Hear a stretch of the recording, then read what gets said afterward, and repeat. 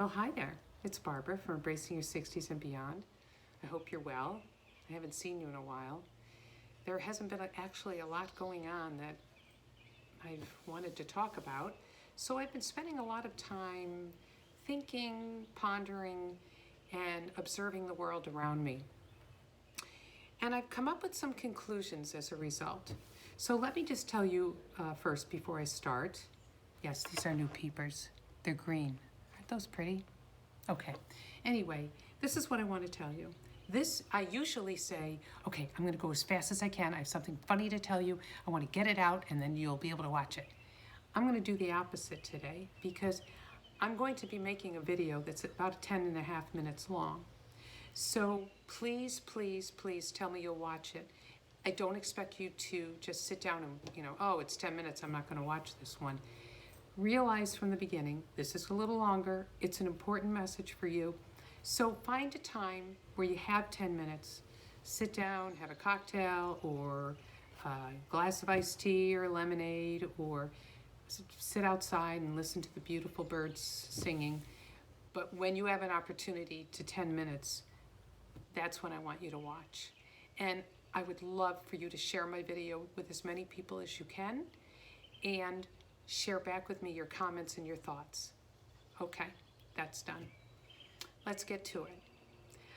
I've been having, all of these thoughts about the world around us, as all of us have, the conversation amongst friends, neighbors, aunts, uncles, family, all over the world. How's it going for you? How was your quarantine? What did you do in quarantine?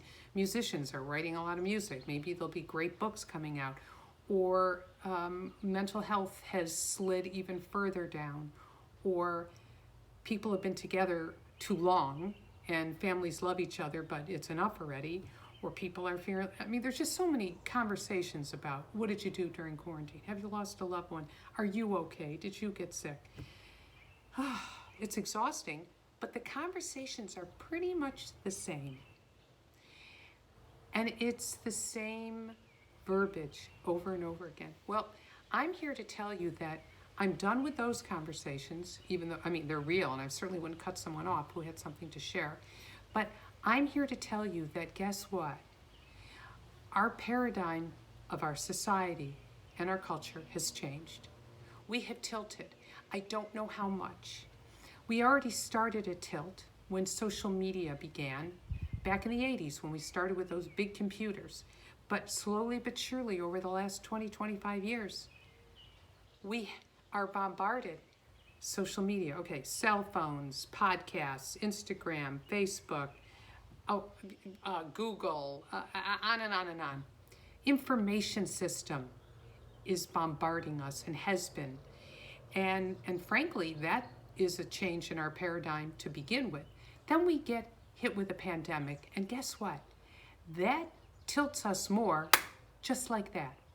So what I'm feeling, and many other people are, is that our paradigm has shifted and we're not going back.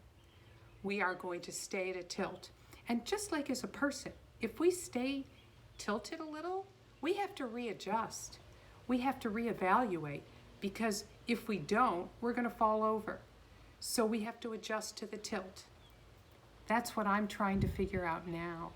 If you're 20 plus, 30 plus, 40 plus, 50 plus, you're in corporate America, maybe, or you're a teacher, I don't know. But if you're in corporate America, you definitely feel the tilt. You've been sitting in front of a computer doing Zoom. That has helped you to reevaluate, what do I want to do? Where do I want to be? I know that's happening. Mental health, unfortunately, it's even worse because people have struggled so much with that. And then there's all these other areas. And then, people who haven't had enough food and people who have lost their jobs. I can go on and on. We have to adjust. And then there's been what a friend of mine who's a newscaster in Rochester, New York, has said, which is, there's been a call for change, no doubt. But we need to be the change. So let me tell you a little story. I'm born and raised in Rochester, New York. Spent all my years raising my kids there, stayed till I was 60, and then left. So I've lived there all my life. There's a gentleman, his name is Adam Chodak. He's a newscaster, And every Friday he does words of wisdom to kind of get you through the weekend. Well, his mother sent me, who's a friend of mine, sent me his latest one, thought I would enjoy it. And it's about this gentleman named Charles Price, Captain Charles Price. I never heard of him. Did you ever hear of him? I knew nothing about him. Charles Price, who just died recently at 100 years old, was interviewed by Adam, I think he was 97, about his life because it was really interesting. I asked a lot of people that I grew up with, you ever hear of Charles Price? They said no. I didn't know who he was. To this man, it didn't matter. It didn't matter when anyone knew about him or whether he was famous or anything. But guess what? This guy is famous. He's famous for not calling for change, but being part of change. And this is what has inspired me and gotten me very excited. This guy, born and raised in Rochester, by the time of the war, he enlisted and he went into World War II. He's a black man in a troop with mixed white and black men. They all were fighting for a common cause. They all worked together. And that was great. The war ended. They all went their own ways. He came back to Rochester, Charles Price, and he's sitting around with his buddies, and they're talking, what are we going to do, and on and on. And they said, did you know that there's not a black cop in the Rochester Police Department? He's like, no, I didn't know that. Really? He's like, I can't believe it. This is like my town. I can't believe it. Yeah, so we dare you to take the test, and if you pass, we dare you to take the job. Well, you know how men are with dares. He said, okay. He took the test. He passed the test. And now he's got to, because he's a man of his word, he says, he takes the job. He becomes the first black cop in Rochester, New York. It's a pretty cool thing. Pretty scary. I think it's a pretty brave thing because in the 1940s, that's not where black men should be. Actually, I'm not sure any place is safe for a black man in the 40s. That being said, he took the job. There was no training. He called his buddy in Chicago who was a cop and said, they gave me a gun. I'm on the beat. I no training. He said, well, I'm going to give you your training. If two white guys are fighting, stay away from them. If two black men are fighting, you can break it up. That was his training. He still wanted to be part of the change. Nobody knew him. Maybe the police department obviously knew him, and people in the community knew him because he wanted to be part of the change. Okay. He spent 40 years on the force. He ended up retiring after 40 years. He survived. Not only did he survive, he became a captain. Captain Price. I was so impressed by this story. And then he retired in the 80s, and then he went to the schools in the inner city. And he volunteered his time trying to make change even with one kid or two kids or five kids. He said Adam Chodak interviewed him at 97 years old. He said, you know what, I can't get to all these kids. He said, a lot of them aren't going to listen to me. But if I can get to one or two or five, I feel good. He died last week. He was 100 years old. Not a famous man, but a proud man and a humble man. And he was part of change. Well, that inspired me. Went, oh my gosh, that's where we are now. We are part of, all of us, this paradigm shift, a tilt. There's a lot of cries and calls for help and change.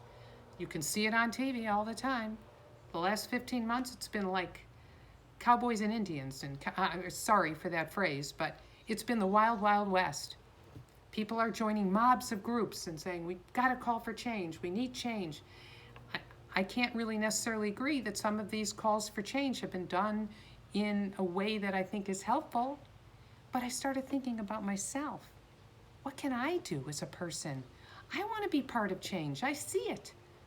My listeners, 60s, 70s, 80s, teenagers on up, we can be part of change.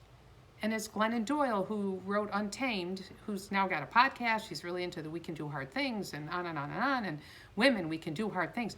Everyone can do hard things. So this, I don't think, is that hard. If we go to our little community and be part of change by doing one thing for one person or two people, or Go to someone's house, a woman who's a little older and she can't put her garden in. Go do her garden for her. And then she has something beautiful and happiness to look at. Small change. Let's do little things. I don't want to be part of a big, massive group. I don't want to be part of a mob of people calling for change. I want to be part of a little bit of change. I don't need to be famous. Charles Price didn't need to be famous, but look what he did. He affected people's lives in a small way, which is actually a big way. You think about it. I don't want to write a check. This is not a philanthropic, let me write a check to somebody here, there, everywhere. I don't want to get into politics and worry about getting shot because I say the wrong thing. I'm just going to go out quietly and do something in my community. I'm going to find a spot to do something small that personally I will feel proud of. I don't need to tell anyone. I want to be humble about it. I don't need to be famous. And I don't need to write a check. You don't have to be rich to do these things or have to be on Instagram showing off. I did this, I did this. No, do it Charles Price way. That's my thought for today. So that's my inspiration. That's what I'm going to work on. I will let you know what I've chosen to do in my own small way and make a difference. Because change is here. It's happened. And we are not going back. We're moving forward. What do you think? Take some time. Think about it. Share this with as many people as you want. And please share back your thoughts to me. Okay, have a great day.